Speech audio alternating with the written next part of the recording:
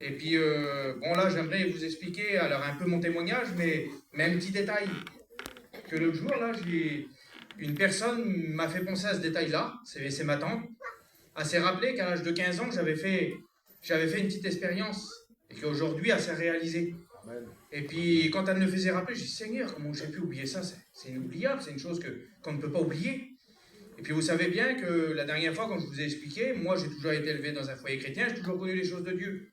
Mais l'ennemi nous présente des choses, et puis il essaye par de petites choses qui sont insignifiantes à nos yeux, mais avec ça, il nous attache. Donc ça a été la cigarette, juste après, ça a été la drogue, après, ça a été l'alcool.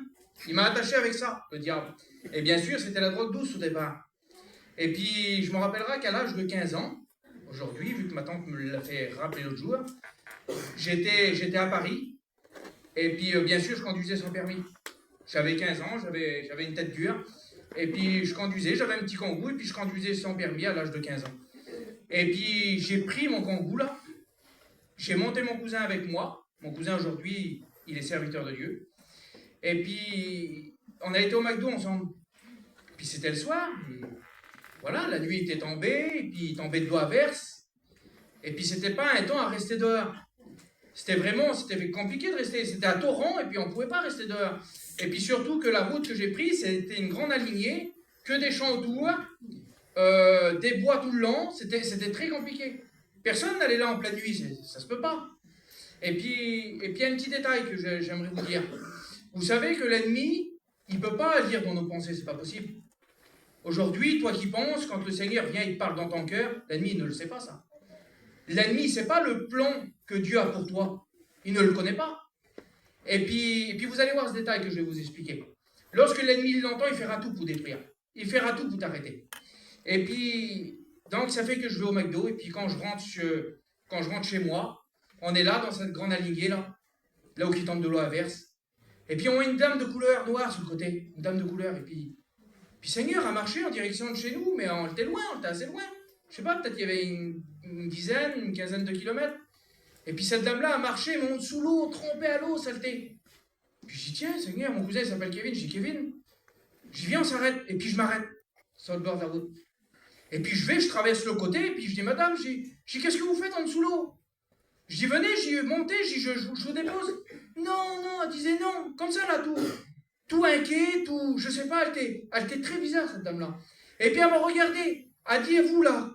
Elle dit, vous, oui, vous. Elle dit, le Seigneur, il va se servir de vous. Il dit, vous serez son serviteur. Et puis, Seigneur, à l'âge de 15 ans, je dis, c'est pas possible.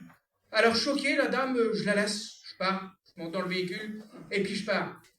Et puis l'ennemi, quand il a entendu ça, il a essayé de tout détruire. À l'âge de 18 ans, j'ai commencé à me droguer à la drogue dure.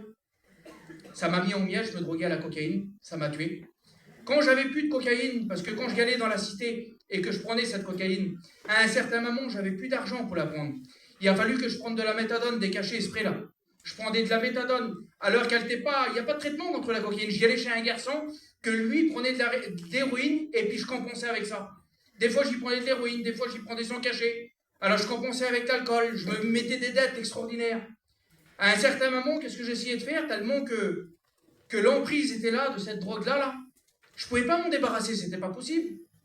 Mon père, lorsqu'il l'a su, mon père, il m'a rogné de chez lui. J'ai fini tout seul. Ma compagne m'a laissé, je me suis retrouvé tout seul. J'ai été dans les hôpitaux ils ne pouvaient rien faire pour moi. Pas de traitement contre ça. Le seul traitement, c'était l'hôpital psychiatrique. Et rien à faire. Et puis cette drogue-là, m'isolait dans un coin tout seul. J'avais plus de copains, j'avais plus personne. Je restais toute la nuit complète jusqu'au petit jour à la monter sur moi-même. Je pleurais au secours.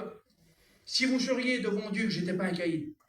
Lorsque cette drogue-là, elle me faisait du mal comme ça toute la nuit entière, au petit jour, je pleurais au secours. Je voulais avoir un foyer comme les autres. Je voulais avoir un foyer chrétien. Et pour moi, c'était pas possible. Parce que j'étais tenu dans un état lamentable. Les gens, quand ils me voyaient, là, même que leur fils était plus vieux, ils remballaient leur fils. J'avais 18 ans à l'époque, 19 ans. Les gens, ils renfermaient leurs garçons de 20, 25 ans, voire 30 ans, qui n'étaient pas mariés encore. C'était même mes propres cousins. Ils ne voulaient même pas qu'ils traînent avec moi. Tellement pas que j'étais lamentable. Mes affaires s'étaient déchirées. J'arrivais même plus à réfléchir parce que toute la nuit, je ne dormais plus. Lorsque le Seigneur m'a délivré et lorsque je suis devenu chrétien, j'ai duré je ne sais pas combien de temps avant de reprendre mon esprit. J'ai réappris ce que ça voulait dire oui, j'ai réappris ce que ça voulait dire non. Je me tuais dans la lecture de la Bible pour dire d'apprendre ci et ça. Ça a été très compliqué. L'ennemi a tout essayé de faire. À plusieurs reprises, j'ai essayé de me donner la mort. J'ai essayé de le couper. J'ai essayé de le rouvrir. C'était très compliqué pour moi. J'avais plus aucun espoir. J'avais plus rien. Vous voyez l'ennemi quand il l'a su ce qu'il a voulu me faire. Et puis, bien sûr, donc à l'âge de 15 ans, comme la dame m'a dit ça, 15 ans après, j'ai rencontré le Seigneur. Le Seigneur a changé ma vie complètement. Il m'a bien sûr redonné ma compagne. Je lui ai dit que j'avais rencontré le Seigneur. Elle m'a pris tout de suite, elle est revenue avec moi. Ensemble, le Seigneur, qu'est-ce qu'il a fait? La dame là qui m'a dit, plus tard tu serviras le Seigneur. Aujourd'hui, bientôt, je rentre aux écoles publiques. Il nous a appelé à servir le Seigneur. J'ai passé mon texte de lecture là. Normalement, sûrement, c'est très proche. Voilà, soit l'année là, soit l'autre année, ou dans 1 an ou 2, grand maximum. Et puis je remercie Dieu de tout mon cœur pour ce qu'il a fait. Et puis, vous savez que lorsqu'on fait une demande à Dieu, parce que moi, je n'étais pas ignorant de l'évangile, lorsque je passais mon problème et ma difficulté là, j'étais constamment en train de demander à Dieu. Je connaissais le Seigneur. Ben, vous savez que la demande que tu lui as fait, le Seigneur, il ne l'oublie pas. Amen. Parce que moi, peut-être qu'il ne m'a pas exaucé tout de suite. Ça l'a demandé quelques mois avant qu'il m'exauce. Mais le Seigneur l'a fait. Amen. Au moment où je ne m'en attendais pas, le Seigneur a changé, bouleversé ma vie. Il m'a rempli, j'étais dans un terrain en train de travailler. Le Seigneur a brisé ma vie complètement. Amen. Il a tout changé complètement. Et à toi aussi, il peut le faire ce soir. Gloire à Dieu, que Dieu vous bénisse. Amen.